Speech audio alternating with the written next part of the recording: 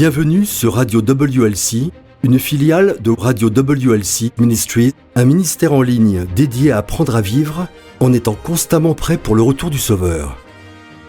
Depuis 2000 ans, les croyants de chaque génération aspirent à être la dernière génération. Contrairement à la croyance populaire, Christ n'a pas donné aux croyants de signe des temps à surveiller. Au lieu de cela, il a averti à plusieurs reprises que sa venue prendrait par surprise même les fidèles.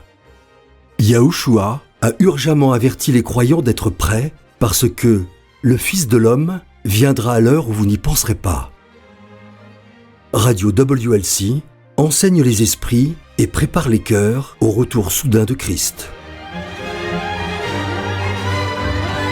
Si vous ouvrez n'importe quel dictionnaire moderne et que vous recherchez le mot « foi », vous trouverez des définitions telles que « confiance totale en quelqu'un ou en quelque chose ». Le Collins English Dictionary dit que la foi est une croyance forte ou inébranlable en quelque chose, en particulier sans preuve ni évidence.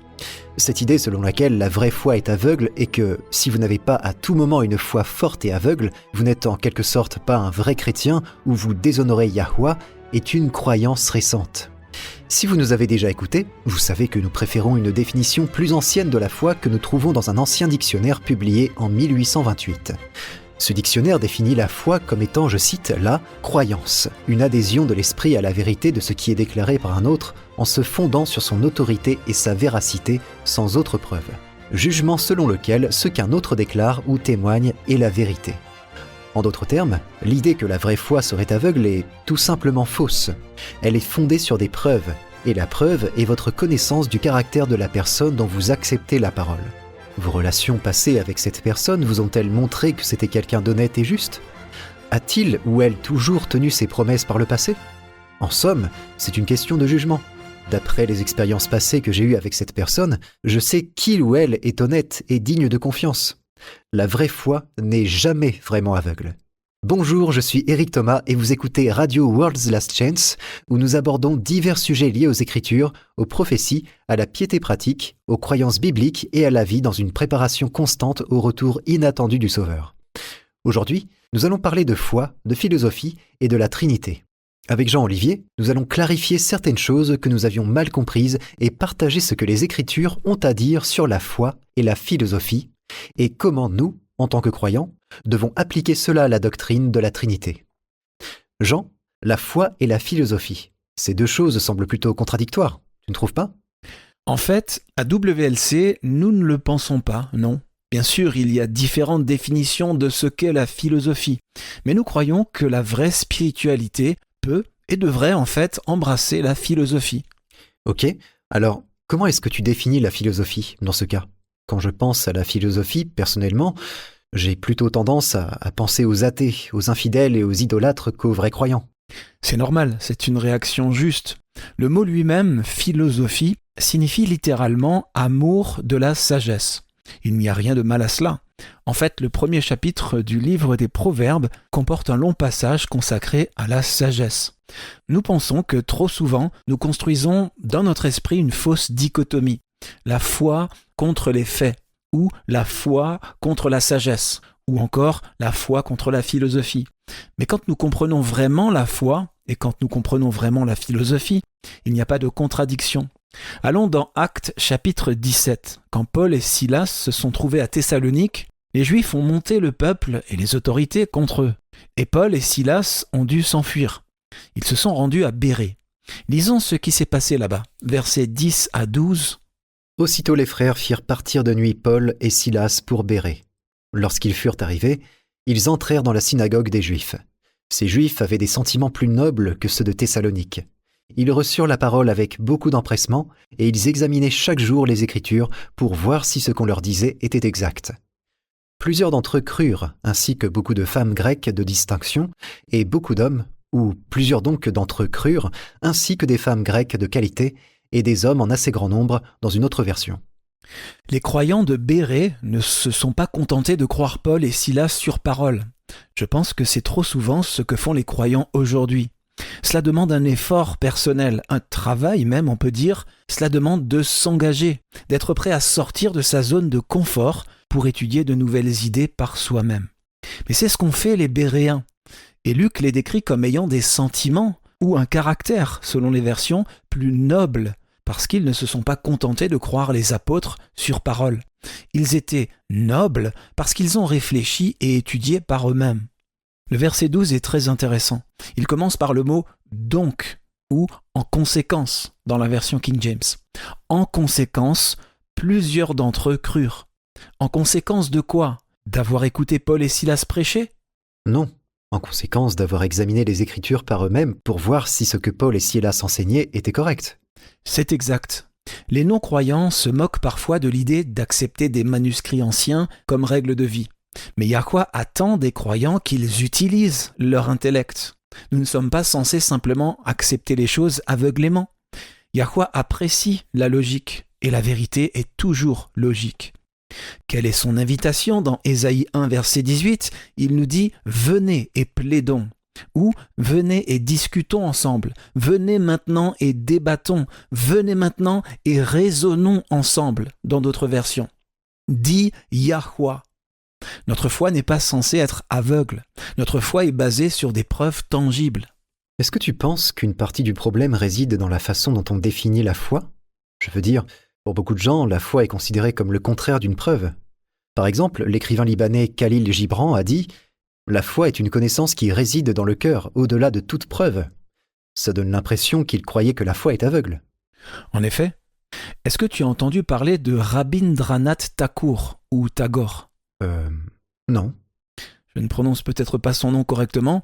Il était bengali, d'une région entre le Bangladesh et l'Inde, le Bengale.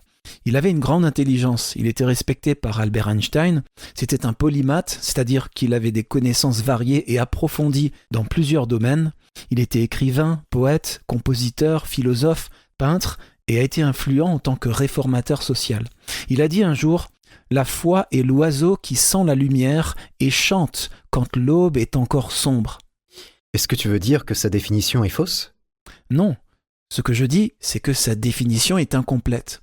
Les définitions incomplètes de la foi nous donnent l'idée que la foi est aveugle. Il n'est pas le seul. Augustin d'Hippone a dit « La foi, c'est croire ce qu'on ne voit pas. La récompense de cette foi, c'est de voir ce qu'on croit. » Encore une fois, cela tend à mettre l'accent sur l'élément aveugle de la foi. Mais nous le répétons, notre foi n'est pas aveugle. Notre foi est fondée sur la connaissance et les preuves. David Elton Trueblood avait une compréhension plus complète de la foi. C'était un auteur et théologien du XXe siècle. Il a aussi été aumônier des universités de Harvard et de Stanford. J'aimerais que nous lisions une citation de lui. Je pense qu'elle correspond mieux à ce qu'est réellement la foi. La foi n'est pas une croyance sans preuve, mais une confiance sans réserve. Ça se rapproche davantage de ce qu'est la vraie foi, parce que pour faire confiance sans réserve, vous devez avoir une expérience préalable, une raison de faire confiance. Et c'est ce que les croyants ont. L'invitation de Yahweh à raisonner avec lui est une promesse qu'il fournira toutes les preuves nécessaires pour convaincre notre esprit de la vérité. Lisons une citation tirée d'un livre intitulé « Un seul Dieu et un seul Seigneur » de John Schoenheit, Mark Graeser et John Lynn. Ce n'est pas un théologien chrétien, mais un professeur de logique qui a fait la déclaration suivante, très pertinente, concernant ce qui est nécessaire à l'interprétation logique de la Bible. Sélectionner des textes pour donner une présentation partiale de la vérité est une méthode très répandue pour propager des opinions erronées. On peut tirer de la Bible des phrases ou des versets qui justifient tout ce qui existe sous le soleil, y compris des contradictions. Lu dans son contexte, la Bible peut être un document libéral, mais elle n'est pas si libérale que cela. Ce que nous devons savoir, c'est si la Bible dans son ensemble soutient une position donnée. La discipline du raisonnement logique est en train de devenir rapidement une chose du passé, un vestige de l'éducation classique. Les sentiments, les émotions et la rhétorique sont le plus souvent à la base de ce qui se passe aujourd'hui pour du raisonnement. Comme nous l'avons déjà dit à maintes reprises, pour savoir si vos croyances sont exactes, vous devez prendre en compte tout ce que dit l'Écriture sur le sujet, quel qu'il soit. Tu as mentionné plus tôt l'opinion que l'équipe WLC partage, selon laquelle la vraie foi devrait en fait embrasser la philosophie. J'ai entendu certaines personnes aller jusqu'à dire que le christianisme lui-même n'est pas une religion mais une philosophie. Que peut-on dire à ce sujet? À WLC, nous n'avons pas de problème avec cela. Vraiment? Est-ce que ça Je ne sais pas, est-ce que ça ne dénigre pas la religion, d'une certaine manière ? Eh bien, ça dépend de chaque individu, n'est-ce pas ? J'aimerais en dire plus à ce sujet, mais commençons par définir la philosophie. Lisons la définition du dictionnaire Cambridge. Bien sûr, il est dit que la philosophie est l'utilisation de la raison pour comprendre des choses telles que la nature du monde réel et de l'existence, l'utilisation et les limites de la connaissance et les principes du jugement moral. C'est l'étude de la nature de la réalité et de l'existence, de ce qu'il est possible de connaître et des comportements bons et mauvais ou d'un ensemble particulier de croyances de ce type. La philosophie d'un sujet est un ensemble de théories et d'idées liées à la compréhension de ce sujet. Une philosophie est également l'ensemble des croyances que vous avez sur la façon dont vous devriez vous comporter dans des situations particulières de la vie. Je ne vois rien dans cette définition qui contredise la véritable spiritualité. Et toi ? Non. En fait, je pense que beaucoup de croyants pourraient tirer profit de cette approche de leurs croyances. C'est ça. Et les Écritures sont d'accord. Lisons 1 Pierre 3, les versets 15 à 17. Le passage qui nous intéresse se trouve au verset 15, mais je voudrais le replacer dans son contexte. C'est un principe important que chaque croyant devrait prendre à cœur. Tu y es ? Allons-y. Mais sanctifiez, ou révérez, dans une autre version, dans vos cœurs Christ le Seigneur, étant toujours prêt à vous défendre, avec douceur et respect, devant quiconque vous demande raison de l'espérance qui est en vous, et ayant une bonne conscience, afin que, là même où il vous calomnie comme si vous étiez des malfaiteurs, ceux qui décrient votre bonne conduite en Christ soient couverts de confusion.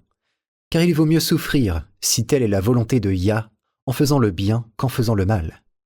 Étant toujours prêt à vous défendre avec douceur et respect devant quiconque vous demande raison de l'espérance qui est en vous. Ou dans une autre version, soyez toujours prêt à répondre à quiconque vous demande raison de l'espérance qui est en vous. Nous parlons ici de connaissance, des raisons qui peuvent convaincre autrui, de logique. Qui sera convaincu par une foi aveugle ? Et insister sur le fait que les non-croyants sont perdus alors que nous ne leur avons donné aucune raison logique de croire est notre échec, pas le leur. Lisons une citation d'un livre écrit par Jack Rogers et Forrest Baird. Il s'intitule « Introduction à la philosophie ». Pour étudier correctement la discipline connue sous le nom de philosophie, il ne suffit pas d'apprendre ce que croyaient les grands penseurs. Vous devez apprendre à penser par vous-même. N'acceptez quelque chose que si cela vous semble correct après y avoir réfléchi. Alors, vous ne vous contenterez pas d'apprendre la philosophie, vous la pratiquerez, vous serez un philosophe. Ce conseil s'applique aussi bien à la religion qu'à la philosophie. Nous n'honorons pas Yahweh quand nous ne sommes pas en mesure de fournir une réponse pour notre foi, une explication logique à notre foi. Les non-croyants ne vont pas croire simplement parce que nous leur disons quelque chose. Paul, en tant que pharisien, ayant reçu une éducation, comprenait l'importance et le pouvoir d'un bon argument logique. Lisons ce qu'il a dit au jeune Timothée. Lisons 2 Timothée chapitre 2, versets 14 à 16. « Rappelle ces choses en conjurant devant Yahweh qu'on évite les disputes de mots qui ne servent qu'à la ruine de ceux qui écoutent. Efforce-toi de te présenter devant Yahweh comme un homme éprouvé, un ouvrier qui n'a point à rougir, qui dispense droitement la parole de la vérité. Évite les discours vains et profanes, car ceux qui les tiennent avanceront toujours plus dans l'impiété. » Depuis que la première génération de croyants et leurs convertis est passée, l'erreur s'est insinuée dans la foi, initialement transmise aux saints. La situation a encore empiré après que la plupart de ces erreurs aient été officialisées lors de divers conciles au cours des 4e et 5e siècles. Et nous pouvons en voir le résultat dans la chrétienté moderne. Il y a littéralement des dizaines de milliers de dénominations différentes. J'ai récemment lu qu'il y a plus de 45 000 dénominations chrétiennes. Est-ce que tu sais pourquoi ? Personne ne parvient à s'accorder sur les subtilités de doctrine ? C'est tout à fait ça. Depuis le 4e siècle, quand l'erreur a été légiférée dans l'Église par le pouvoir d'État, il n'y a eu que des luttes intestines entre chrétiens. Les croyants sincères, voulant désespérément s'accrocher à la pureté apostolique, se sont battus et ont souvent donné leur vie pour défendre la vérité. L'erreur est illogique. On peut le voir dans la gymnastique mentale et verbale auquel ils se livrent pour essayer de donner un sens à ce qui est absurde. Et je ne dis pas qu'ils ne sont pas sincères, mais on peut être sincère et sincèrement dans l'erreur. Il est si triste de penser au grand nombre d'innocents qui ont perdu la vie de la manière la plus brutale qui soit pour défendre la vérité, et d'autres parce qu'ils croyaient sincèrement qu'une erreur était la vérité, ont donné leur vie pour défendre l'erreur. C'est tellement triste. C'est ce qui arrive quand on a la connaissance sans la sagesse, quand les Écritures sont sorties de leur contexte et entremêlées avec l'erreur. C'est pourquoi il y a eu tant de schismes dans le christianisme depuis 2000 ans. Les gens veulent la vérité, mais elle a été si profondément enfouie qu'ils ne savent pas ce qu'est la vérité. Ce qui laisse la porte grande ouverte aux infidèles qui pointent du doigt les divisions au sein du christianisme comme argument contre celui-ci. Ils disent « Les chrétiens eux-mêmes ne s'accordent pas sur ce qu'est la vérité. Comment est-ce que nous pouvons les croire sur parole ?» Eh bien, c'est justement ça. Nous ne devrions jamais croire qui que ce soit sur parole. Nous devons être comme des Béréens et étudier par nous-mêmes. Quand nous étudions par nous-mêmes, l'Esprit de Yah a alors la possibilité de guider nos esprits. Voilà comment des personnes d'horizons très différents peuvent finalement parvenir à la vérité de Yahweh. C'est par l'influence de son esprit. Voilà aussi pourquoi nous ne devrions jamais exclure quelqu'un qui n'est pas d'accord avec nous. Si nous les excluons de notre vie, nous nous privons de la possibilité de leur témoigner notre foi. Donnez à l'Esprit Saint le temps et l'espace nécessaires pour œuvrer en eux, et en attendant, continuez à être bienveillants, aimants et tolérants envers eux, comme Yahushua nous l'a montré par la façon dont il traitait les autres. Il est très facile, quand nous trébuchons et tombons dans le péché, d'avoir honte et d'être embarrassés, surtout quand il s'agit d'un péché contre lequel nous luttons depuis longtemps. Satan peut nous faire nous sentir trop honteux pour aller vers le Père. Nous pouvons commencer à penser que nous devons en quelque sorte prouver notre remords en restant loin de Yah, jusqu'à ce que nous ayons résisté à la tentation un certain nombre de fois. Même Adam et Ève en Éden se sont cachés de Yahweh quand ils se sont sentis coupables. Mais le fait est que nous ne pouvons pas nous améliorer en restant loin de Yah. Et il le sait. Il ne s'attend pas à ce que nous restions loin de lui quand nous avons péché. Il veut que nous revenions à lui. Il a promis que si nous revenons à lui, il nous guérira de nos égarements. L'émission numéro 148 partage la clé pour la victoire sur le péché. Rejoignez Eric et Jean alors qu'ils étudient ce qu'est la clé pour la victoire sur le péché. Vous pouvez la retrouver sur worldslastchance.com. Encore une fois, c'est l'émission numéro 148, la clé pour la victoire sur le péché. C'est une émission que vous ne voudrez pas manquer.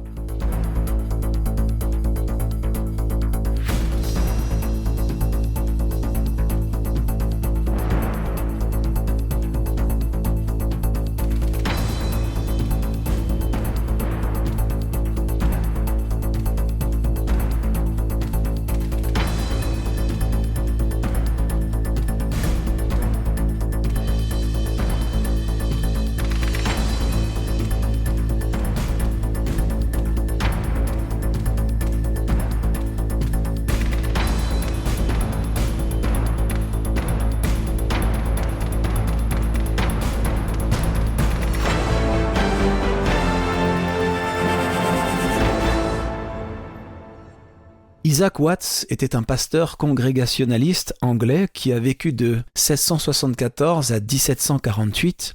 Il était théologien, mais il est sans doute plus connu comme auteur d'hymnes. On lui attribue quelques 750 hymnes ou cantiques. Waouh, c'est un nombre impressionnant. Si on compare ça à, disons, Michael Jackson, par exemple, qui a écrit entre 150 et 200 chansons, on est loin des 750. Et Michael Jackson était musicien à plein temps. Isaac Watts était pasteur à plein temps. Ce qui est moins connu à son sujet, c'est qu'il était aussi logicien. Il a étudié la logique et était très doué dans ce domaine. Lisons une de ses déclarations citées dans « Discours sur les doctrines du christianisme » de William G. Elliott. Mais comment des créatures aussi faibles peuvent-elles comprendre une doctrine aussi étrange, aussi difficile et aussi abstruse que celle-ci, la Trinité, dont l'explication et la défense ont perdu une multitude d'hommes, même des hommes érudits et pieux, dans des subtilités infinies de disputes et des labyrinthes sans fin de ténèbres. Et cette notion étrange et déroutante de trois personnes réelles formant un seul vrai Dieu peut-elle être une partie si nécessaire et si importante de la doctrine chrétienne qui, dans l'Ancien et le Nouveau Testament, est présentée comme si claire et si simple, même pour ceux qui ont la faculté de compréhension la plus modeste ? Il n'a pas tort. Si on essaie d'expliquer le concept de trois entités formant un seul Dieu, on se retrouve perdu dans un labyrinthe sans fin d'obscurité, confus par un nombre infini d'arguments subtils et de jeux de mots, essayant de trouver une logique dans un chaos illogique. Comment cela a-t-il pu même arriver ? Comment une erreur peut-elle accumuler autant de défenseurs et d'arguments à son soutien alors que, si on l'examine honnêtement, on commence à voir les erreurs de logique ? Eh bien, c'est une bonne question. Je me posais la même question et j'ai trouvé une excellente réponse dans un livre intitulé « La jeune Terre » de John Morris.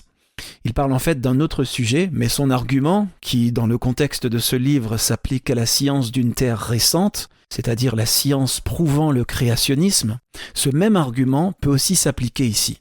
Lisons une citation de cet ouvrage. « Ces auditeurs perpétuent le sectarisme qu'il a reçu par erreur de ses prédécesseurs jusqu'à aujourd'hui, tout comme les élèves répètent les instructions apprises en classe et les scientifiques répètent comme des perroquets ce que disent les experts. Nous devrions pouvoir faire mieux. Dans l'ensemble, les théologiens formés dans les séminaires s'opposent ou sont indifférents au créationnisme biblique et scientifique. Mais nul n'est nécessaire d'avoir un diplôme de séminaire pour savoir que la Bible enseigne la création. En fait, il faut probablement une formation au séminaire pour accepter les perversions populaires des Écritures. La vérité est simple, la vérité est claire, elle est logique. Oui, il y a des profondeurs de sens que les rachetés étudieront pour l'éternité, mais elle est aussi si simple que même un enfant peut la comprendre. Le 30 décembre 2024, le Rio Times a publié un article intitulé « La Sainte Trinité, pierre angulaire de la foi chrétienne ». Lisons une citation de cet article et remarquons ce qu'ils admettent. Ils affirment que c'est la pierre angulaire de la foi chrétienne.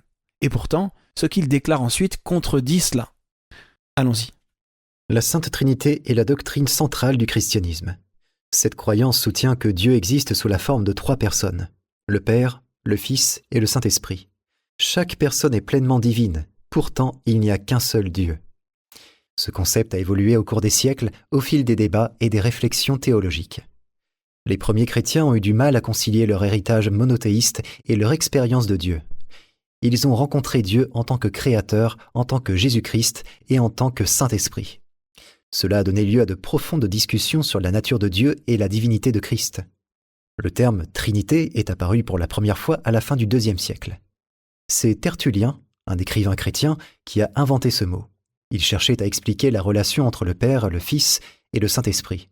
Son œuvre a jeté les bases des développements théologiques ultérieurs. Le concile de Nicée, en l'an 325 après Jésus-Christ, a marqué un tournant dans la théologie trinitaire. Les dirigeants de l'Église se sont réunis pour aborder les controverses sur la nature de Christ. Ils ont affirmé que Jésus était de la même substance que le Père. Cette déclaration a été intégrée au credo de Nicée, qui est encore récité aujourd'hui dans de nombreuses églises. Des conciles ultérieurs ont affiné cette doctrine. Le concile de Constantinople, en l'an 381, a affirmé la divinité du Saint-Esprit. Ces rassemblements ont contribué à façonner la conception orthodoxe de la Trinité. Ils visaient à maintenir l'unité de Dieu tout en reconnaissant les personnes distinctes. La doctrine de la Trinité distingue le christianisme des autres religions monothéistes. Le judaïsme et l'islam rejettent l'idée que Dieu existe en plusieurs personnes. Ce concept unique a été à la fois une source d'unité et de division au sein du christianisme. Considérons maintenant ce qu'ils ont dit, de manière logique. Si la Trinité est vraie, nous devrions nous attendre à la trouver dans les Écritures, n'est-ce pas ? On devrait, oui. Ils affirment que la Trinité est la doctrine centrale du christianisme. Et pourtant, ils font volte-face et admettent que le terme est apparu pour la première fois à la fin du IIe siècle, dans les écrits de Tertullien, ce qui a jeté les bases des développements théologiques ultérieurs. Il y a aussi l'affirmation selon laquelle les conciles ultérieurs ont affiné la doctrine. Ils décrivent un processus ici, un processus qui a pris des siècles, donc oui. Comment cela pourrait être la doctrine centrale du christianisme si les premiers chrétiens n'y ont jamais cru, n'en ont même jamais entendu parler ? C'est là toute la question, n'est-ce pas ? Certains credos vont jusqu'à déclarer qu'il faut croire en la Trinité pour être sauvé. Est-ce que ça signifie que les apôtres et les premiers chrétiens apostoliques sont perdus ? Parce qu'ils ne croyaient certainement pas en une Trinité ? Bonne question. Lisons une citation d'un livre intitulé « Qui est Jésus ?» d'Anthony Buzard. Ok, je cite « Nous devons être suffisamment honnêtes pour admettre que les opinions majoritaires ne sont pas automatiquement correctes et que la tradition, acceptée sans critique, a peut-être largement contribué à enterrer la foi originelle telle que Yahushua et les apôtres l'ont enseignée. Il se peut que nous devrions prendre au sérieux l'observation de H.L. Gudge lorsqu'il a écrit à propos du désastre qui s'est produit quand la pensée grecque et romaine, plutôt que la pensée hébraïque, a fini par dominer l'Église. Cela a été un désastre dans la doctrine et la pratique, selon Gudge, dont l'Église ne s'est jamais remise. Waouh, ça c'est une déclaration. Il présente un argument convaincant, et on doit se poser la question suivante. La majorité a-t-elle déjà eu raison en matière de foi, de spiritualité et de religion ? Non. En fait, la majorité a toujours tendance à se tromper. C'est juste. J'ai une autre question à te poser, Eric. Est-ce que tu as déjà entendu la doctrine de la Trinité mentionnée dans un appel évangélique ? Non, je crois pas. Eh bien, pourquoi ? S'il faut croire en la Trinité pour être sauvé, pourquoi n'en fait-on jamais mention lors des campagnes d'évangélisation ? Pourquoi n'est-ce pas la première chose qui est prêchée ? Billy Graham était un évangéliste américain qui organisait des croisades évangéliques partout dans le monde. Il s'est rendu en Australie, en Nouvelle-Zélande, en Europe, en Égypte, dans de nombreux pays d'Afrique, d'Amérique du Sud et bien sûr dans toute l'Amérique du Nord. Je me souviens qu'une fois, il a même été autorisé à organiser une croisade évangélique en Union soviétique.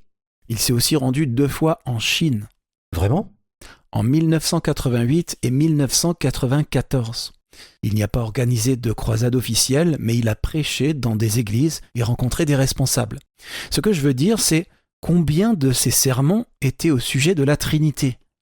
Je dirais pas beaucoup. Si tant est qu'il y en ait eu. Personnellement, je ne me souviens pas avoir entendu cette doctrine mentionnée dans une initiative évangélique. Et on peut se poser la question, pourquoi ? Si c'est la doctrine fondamentale du christianisme, pourquoi est-ce qu'elle n'est pas au centre de nos prédications ? Toutes ces âmes peuvent-elles vraiment être considérées comme sauvées si on ne leur enseigne jamais une doctrine dont la croyance serait une condition préalable au salut ? Ce n'est pas vraiment cohérent, n'est-ce pas ? Lisons une citation tirée de l'ouvrage intitulé « L'image du Dieu invisible » du docteur Anthony Tyrrell Hanson. Il était professeur de théologie à l'université de Hull, en Angleterre. Il était aussi rédacteur en chef du Journal d'études du Nouveau Testament. C'était un homme très instruit. Voyons ce qu'il a à dire. Lisons-le. Je cite « Aucun spécialiste responsable du Nouveau Testament ne prétendrait que la doctrine de la Trinité a été enseignée par Yahushua ou prêchée par les premiers chrétiens ou consciemment adoptée par un quelconque auteur du Nouveau Testament. » Et il n'est pas le seul. Oui, je me souviens que dans certaines de nos émissions précédentes, tu as partagé des déclarations d'autres spécialistes admettant qu'on ne trouve pas la Trinité dans les Écritures et qu'aucun auteur du Nouveau Testament ne croyait réellement en une divinité trinitaire. Alors, pourquoi les chrétiens d'aujourd'hui essaient de prétendre que ce serait la pierre angulaire du christianisme ? Ce concept n'existait même pas dans l'esprit des auteurs du Nouveau Testament. Dans son sermon sur la montagne, Yahushua a énoncé un principe important que je voudrais appliquer à la doctrine de la Trinité. Lisons Matthieu 7, les versets 15 à 20. Matthieu 7, versets 15 à 20. « Gardez-vous des faux prophètes. Ils viennent à vous en vêtements de brebis, mais au-dedans ce sont des loups ravisseurs. Vous les reconnaîtrez à leurs fruits. Cueille-t-on des raisins sur des épines ou des figues sur des chardons ? Tout bon arbre porte de bons fruits, mais le mauvais arbre porte de mauvais fruits. Un bon arbre ne peut porter de mauvais fruits, ni un mauvais arbre porter de bons fruits.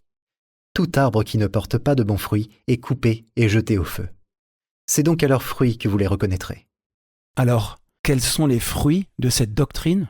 Eh bien, il suffit de regarder l'histoire sanglante du processus par lequel cette croyance a été imposée à l'Église.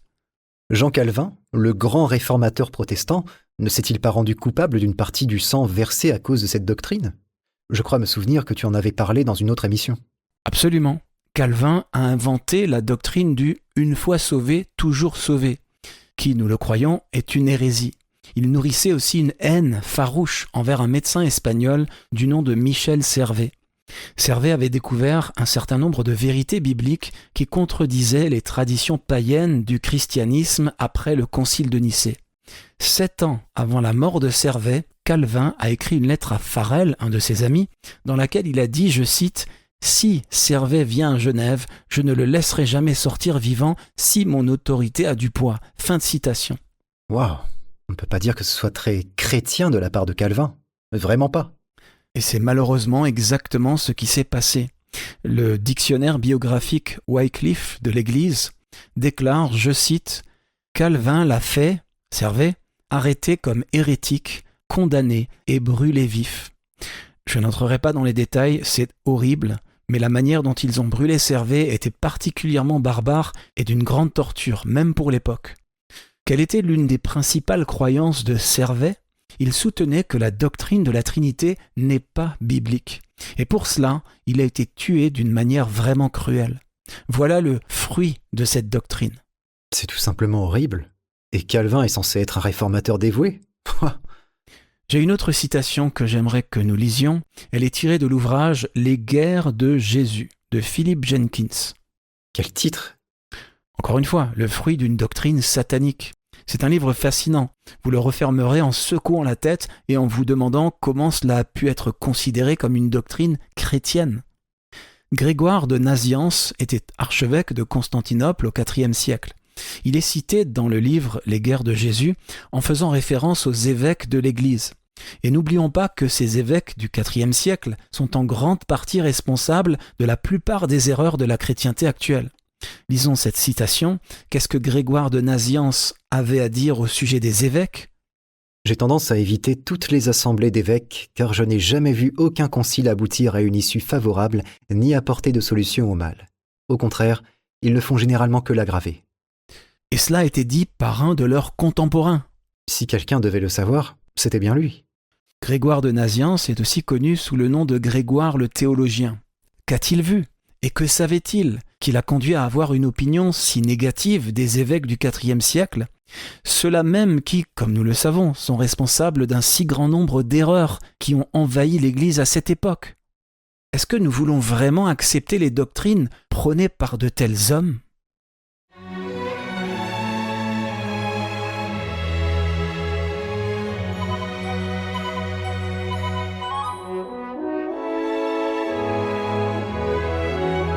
Vous écoutez la radio World's Last Chance.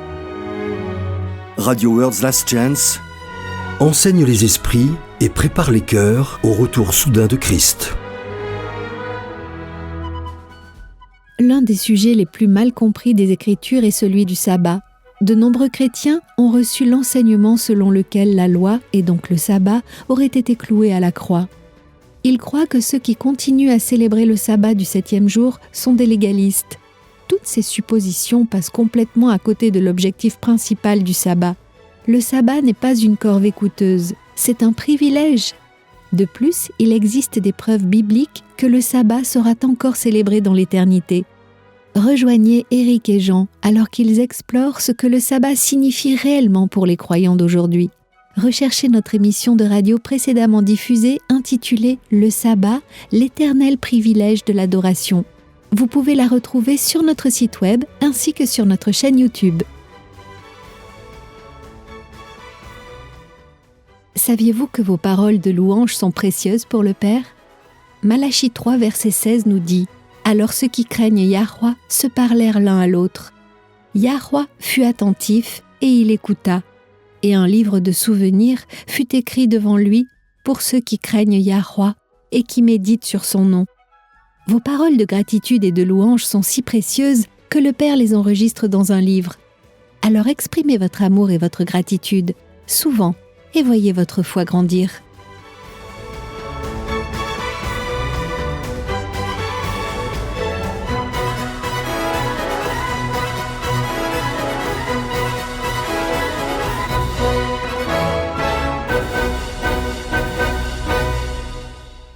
J'ai entendu dire que certaines parties des Écritures ont en fait été modifiées, voire détruites, pour soutenir la théologie païenne qui s'est développée par la suite.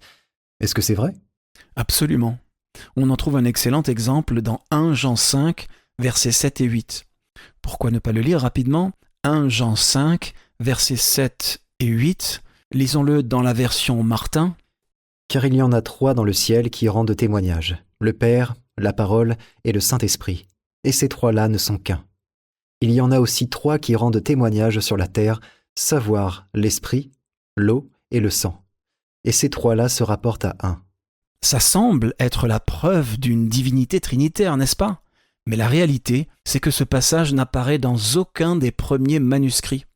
En fait, il n'apparaît que près de 1000 ans plus tard. Un prêtre astucieux s'est rendu compte qu'il fallait une preuve pour cette doctrine, et ce passage a été ajouté à un moment ou un autre. Mais nous savons qu'il ne figurait pas dans le texte original. Si quelqu'un veut approfondir cette question, est-ce que tu aurais des sources à recommander? Oui, le docteur Bart Ehrman, E-R-H-M-A-N, est un auteur assez prolifique. Il a écrit un livre intitulé « La corruption orthodoxe des Écritures ». Ça a l'air intéressant. Ça l'est, et le sous-titre est très révélateur, « L'effet des premières controverses christologiques sur le texte du Nouveau Testament ». Est-ce que tu as un exemplaire? Oui, Je pourrais te l'emprunter? bien sûr. Ehrman n'est pas le seul érudit à nier la Trinité. Isaac Newton, le célèbre polymathe du XVIIe siècle, était extrêmement intelligent et doué en mathématiques, physique, astronomie, entre autres. C'est ce dont la plupart des gens se souviennent aujourd'hui, mais il était aussi théologien. Oui, je crois avoir lu qu'Albert Einstein respectait beaucoup Newton. Newton était chrétien, mais il niait la Trinité. Nous n'avons pas le temps de lire tout ce qu'il a dit, mais j'ai ici une citation que j'aimerais que nous lisions. Son raisonnement est très perspicace. Allons-y. Dans les domaines controversés, j'aime adopter ce que je comprends le mieux. C'est le tempérament de la partie passionnée et superstitieuse de l'humanité en matière de religion que d'aimer les mystères et, pour cette raison, d'aimer ce qu'elle comprend le moins. Newton avait en fait beaucoup à dire sur le sujet, mais on ne trouve plus ses sources aujourd'hui. John Milton est un autre intellectuel respecté du XVIIe siècle qui a aussi nié l'existence de la Trinité. Il a même écrit un livre sur le sujet intitulé « Dernière pensée sur la Trinité ». C'était un poète aveugle, n'est-ce pas? Il était un peu spécial, pour être honnête. Il a appris à ses filles à lui faire la lecture dans d'autres langues, mais il ne leur a pas enseigné les langues elles-mêmes, donc elles ne comprenaient pas ce qu'elles lui lisaient. N'es-tu pas heureux que Yahweh pardonne nos faiblesses? Oh que oui! Certains des plus grands penseurs de l'histoire, en particulier ceux qui connaissaient leur Bible, ont rejeté l'illogisme d'une divinité trinitaire. John Locke, un médecin et philosophe anglais du XVIIe siècle, est largement considéré comme l'un des esprits les plus influents du siècle, dit des Lumières. Il a rejeté la Trinité parce qu'il ne pouvait concilier l'idée d'un Dieu 3 en 1 avec la raison ou la logique. Walter Matthews était un prêtre anglican, doyen de la cathédrale Saint-Paul de Londres de 1934 à 1967. Il a aussi été professeur de théologie au King's College de Londres. Lisons une citation de son ouvrage intitulé « Dieu dans la pensée et l'expérience chrétienne ». Voyons ce qu'il a à dire. Je cite « Quiconque a les rudiments d'un sens historique doit admettre que la doctrine de la Trinité, en tant que doctrine, ne faisait aucunement partie du message initial. Paul ne la connaissait pas et aurait été incapable de comprendre la signification des termes utilisés dans la formule théologique sur laquelle l'Église s'est finalement mise d'accord. » Encore une fois, ça souligne le long processus par lequel cette idée païenne a été acceptée comme doctrine orthodoxe au sein du christianisme. Mais on doit se poser la question suivante. Sachant que Yahweh veut que tout le monde soit sauvé, sachant qu'il nous a invités à raisonner avec lui, peut-on vraiment imaginer qu'il fasse d'une doctrine impossible à comprendre une question de salut? Non, ça n'a pas de sens. Et tu as raison, personne ne peut la comprendre. J'ai même lu ce qui a été déclaré au 4e concile œcuménique, le concile de Chalcédoine en l'an 451 après Jésus-Christ, où l'objet de leur étude était la nature de Christ. Et c'est un bazar, c'est complètement confus, c'est incompréhensible.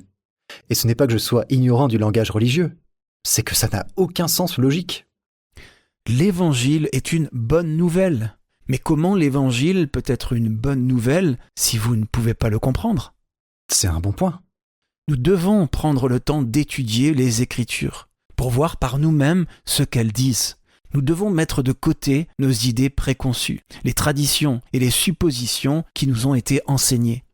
Parce que si vous faites cela, je peux vous garantir que quand vous lisez ce que Yahweh a dit à Moïse à propos de lui-même, comment les différents prophètes faisaient référence à la nature de Yahweh et l'ont décrite, comment Yahushua a parlé du Père et ce que les autres auteurs du Nouveau Testament ont à dire, vous allez vous gratter la tête, vous demandant comment vous avez pu croire qu'ils enseignaient une divinité trinitaire, parce que ce n'est pas le cas. On doit se demander, en lisant ce que dit réellement les Écritures, qu'est-ce qui est dit littéralement à propos de Yahweh et de Yahushua? Qu'est-ce qui est dit littéralement à propos de Christ par rapport au Père? Parce que le Nouveau Testament présente à plusieurs reprises Yahushua comme inférieur au Père. Et ce n'est pas Christ qui joue un rôle, c'est lui qui énonce la réalité. C'est vrai, si on ne sort pas les versets de leur contexte, si on ne les déforme pas pour leur faire dire quelque chose qu'ils ne disent pas. Vous voulez un credo auquel vous raccrochez? Vous ne trouverez pas mieux que Deutéronome 6, versets 4 et 5. Lisons-le. Vous verrez que c'est très clair et très simple. Pas besoin de faire des acrobaties verbales ou mentales fantaisistes pour comprendre ce que ça signifie. D'accord? Il est écrit « Écoute, Israël, Yahweh, notre Dieu, est le seul Yahweh, ou est unique dans une autre version. Tu aimeras Yahweh, ton Dieu, de tout ton cœur, de toute ton âme et de toute ta force. » Une note marginale du verset 4 dit « Écoute Israël, Yahweh est notre Dieu, Yahweh seul. » C'est très clair. Tous les Israélites connaissaient ce passage. Ils l'appellent le Shema, et à ce jour, ils le récitent comme une prière 2 fois par jour. Voilà pourquoi aucun des auteurs du Nouveau Testament, ni Christ lui-même, ne croyait en une divinité trinitaire ou ne la prêchait. Ils connaissaient ce passage, ils l'avaient mémorisé. Ils croyaient que Yahweh seul est Dieu. Voyons d'autres passages. Vous voulez une foi logique? Très bien. Appliquez la logique à ceci. Est-ce que vous pouvez vraiment croire en un Dieu 3 en 1 face à tous ces passages? Commençons avec Marc 12. Les pharisiens et les sadducéens ont essayé de piéger Yahushua, de le faire trébucher, mais ils n'y sont pas parvenus. Commençons par le verset 28 et lisons jusqu'au verset 34. J'aime ce passage parce qu'il montre que Yahushua connaissait la véritable nature de Yahweh. Ça aurait été une occasion idéale pour revendiquer sa divinité, mais ce n'est pas ce qu'il a fait. Au lieu de cela, il a cité Deutéronome 6. Allons-y. Un des scribes, qui les avait entendus discuter, sachant que Yahushua avait bien répondu aux Sadducéens, s'approcha et lui demanda « Quel est le premier de tous les commandements ?» Yahushua répondit « Voici le premier. Écoute, Israël, Yahweh, notre Dieu, est l'unique Yahweh. Et tu aimeras Yahweh, ton Dieu, de tout ton cœur, de toute ton âme, de toute ta pensée et de toute ta force. Voici le second. Tu aimeras ton prochain comme toi-même. Il n'y a pas d'autre commandement plus grand que cela. » Le scribe lui dit « Bien, maître, tu as dit avec vérité que Dieu est unique, et qu'il n'y en a point d'autre que lui, et que l'aimer de tout son cœur, de toute sa pensée, de toute son âme et de toute sa force, et aimer son prochain comme soi-même, c'est plus que tous les holocaustes et tous les sacrifices. » Yahushua, voyant qu'il avait répondu avec intelligence, lui dit « Tu n'es pas loin du royaume de Yah. » Et personne n'osa plus lui proposer des questions.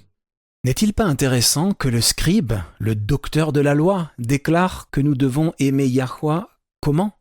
De tout notre cœur et de toute notre force, mais quoi d'autre? De toute notre pensée. Une autre version dit « de tout notre entendement », c'est-à-dire de toute notre compréhension. Encore une fois, nous ne sommes pas appelés à une foi aveugle. Nous avons une base solide et logique pour nos croyances. Voyons maintenant la prière de Christ dans Jean 17. Lisons les 3 premiers versets.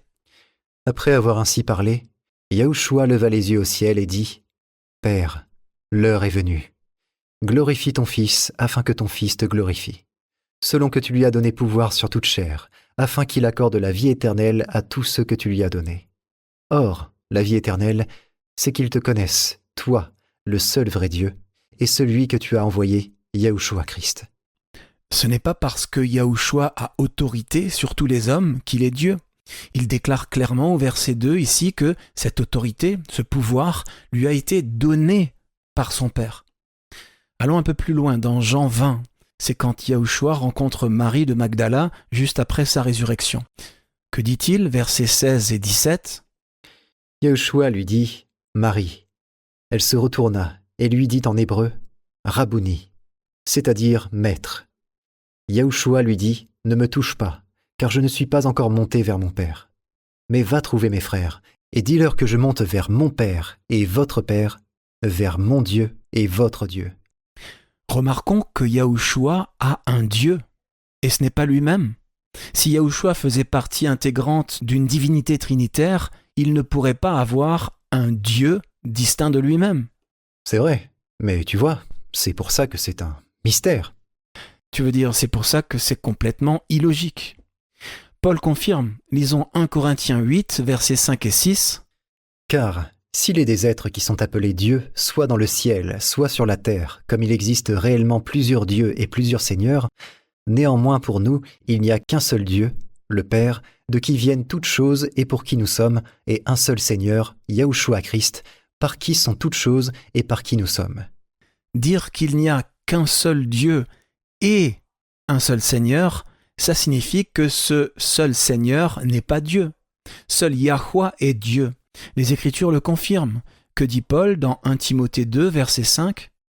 Car il y a un seul Dieu, et aussi un seul médiateur entre Dieu et les hommes, Yahushua Christ, homme, ou un homme, Yahushua Christ, l'homme Christ Yahushua dans d'autres versions. Ça ne fait pas seulement de Yahushua une entité distincte de Yahweh, mais ça souligne aussi l'humanité de Christ.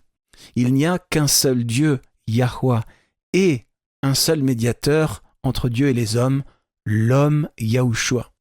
Nous trouvons cette même vérité dans l'Ancien Testament. Que dit Malachie 2, verset 10 ? N'avons-nous pas tous un seul Père ? N'est-ce pas un seul Dieu qui nous a créés ? Passons à Éphésiens. Il y a plusieurs passages que j'aimerais voir. Commençons par Éphésiens 1 et lisons les versets 2 et 3. C'est la salutation d'ouverture de Paul aux croyants d'Éphèse. Que la grâce et la paix vous soient données de la part de Dieu notre Père et du Seigneur Yahushua Christ.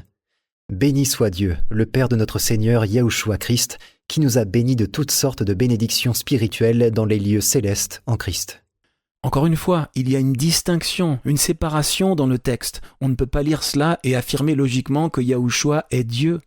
Pas quand il n'est jamais appelé Dieu, et qu'il a lui-même son propre Dieu, qui est Yahweh. Que dit Éphésiens 4, versets 4 à 6 ? Il y a un seul corps et un seul esprit, comme aussi vous avez été appelés à une seule espérance par votre vocation.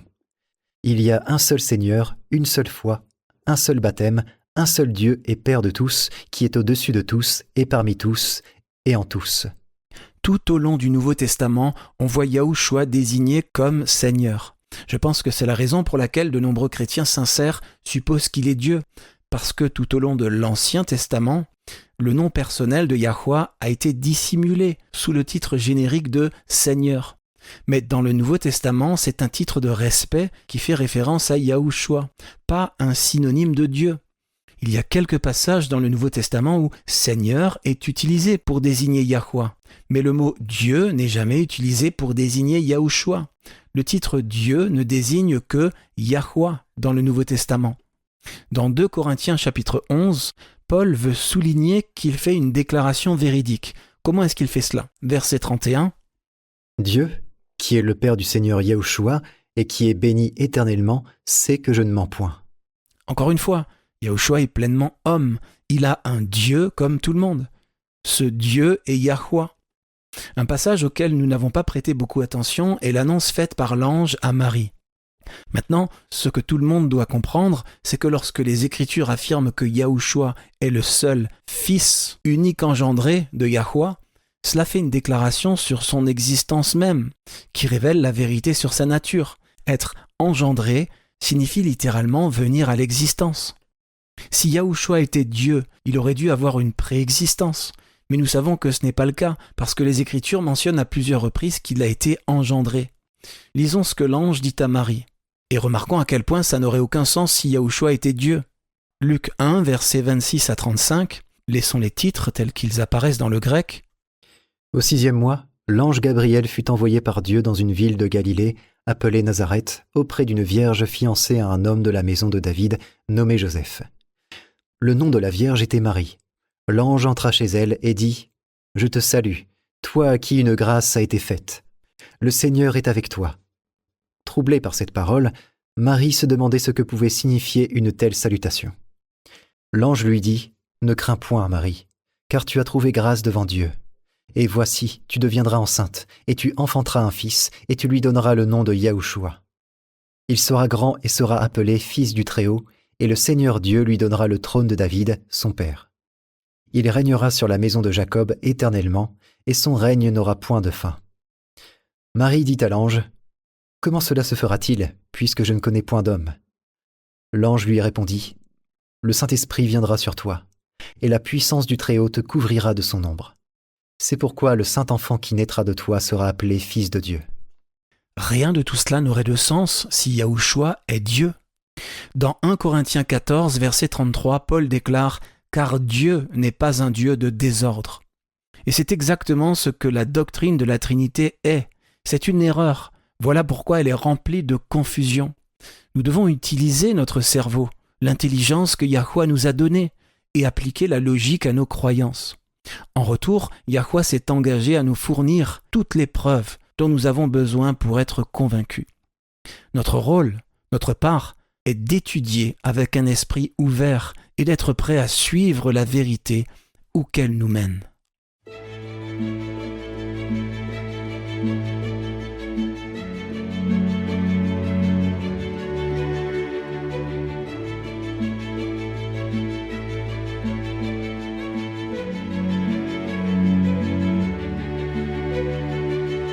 De nombreux adultes auraient aimé avoir la possibilité d'étudier la religion à l'université. Il n'est pas trop tard. Sur worldslastchance.com, nous avons des centaines d'articles et de vidéos sur de nombreux sujets religieux et spirituels différents, et de nouveaux contenus sont ajoutés en permanence. Certains articles donnent des conseils sur comment vivre une vie chrétienne victorieuse. D'autres articles approfondissent des passages incompris de l'Écriture et expliquent ce que signifiait l'hébreu original. Nous proposons aussi de nombreux articles et vidéos sur les prophéties. Paul a dit à Timothée « Toute écriture est inspirée de Dieu et utile pour enseigner, pour convaincre, pour corriger, pour instruire dans la justice, afin que l'homme de Dieu soit accompli et propre à toute bonne œuvre. » Si vous lisez attentivement le contenu de notre site web, vous aurez une base solide non seulement dans les vérités doctrinales, mais vous connaîtrez aussi les secrets d'une prière efficace et comment étudier la Bible pour découvrir la vérité par vous-même. Visitez notre site worldslastchance.com. Il n'est jamais trop tard pour commencer. worldslastchance.com prépare un peuple pour le retour très proche du Sauveur.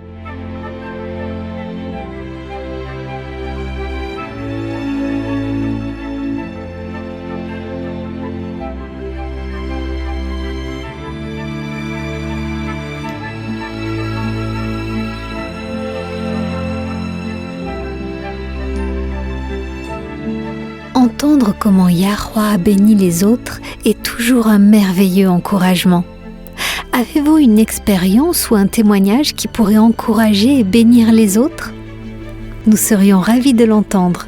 Visitez notre site worldslastchance.com. Votre foi sera renforcée en lisant l'expérience d'autres personnes qui ont choisi de suivre la vérité, et votre propre témoignage peut renforcer la foi des autres. worldslastchance.com. Nous nous réjouissons avec vous des meilleures délivrances de Yahuwah dans votre vie.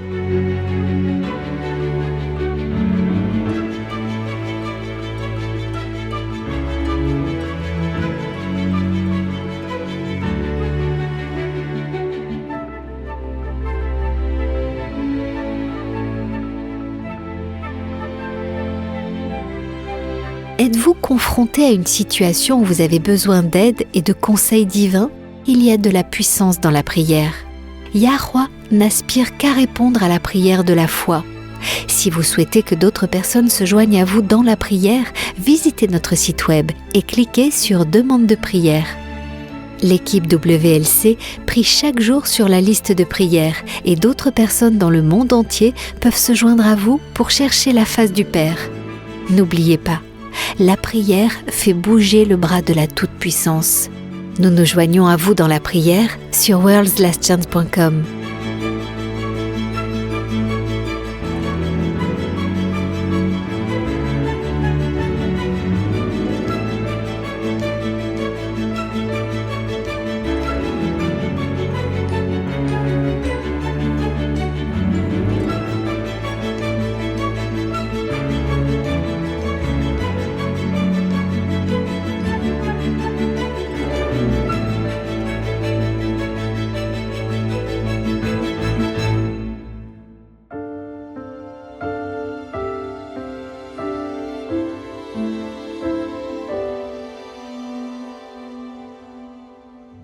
Vous écoutez Élise Blanc pour votre promesse quotidienne de la parole de Yah.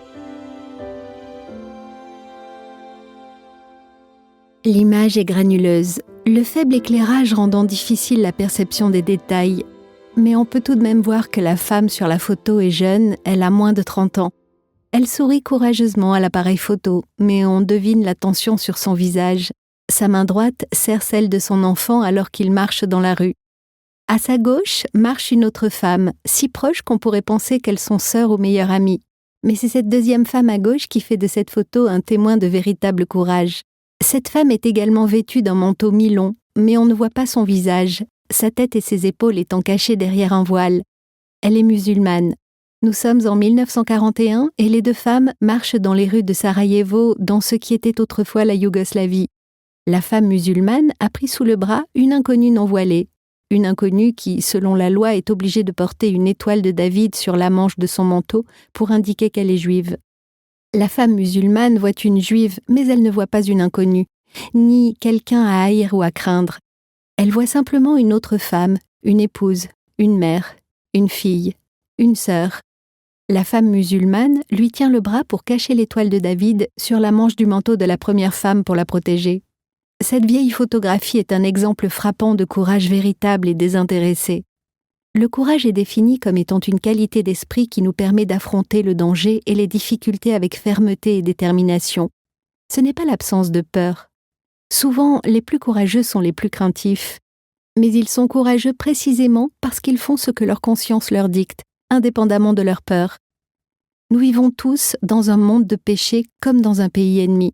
Nous serons confrontés à des épreuves, voire des persécutions et des situations dangereuses d'ici la fin.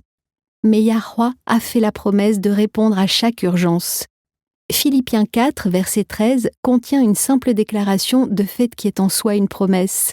Il est écrit « Je peux tout, grâce à celui qui me fortifie, Yahushua ».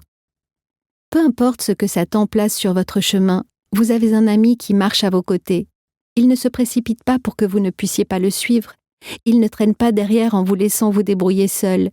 Il adapte son rythme au vôtre. Et pour chaque problème, chaque épreuve, chaque danger, il est à vos côtés, pour vous fortifier et vous aider à le surmonter. Nous avons reçu de grandes et précieuses promesses. Réclamez-les dès maintenant.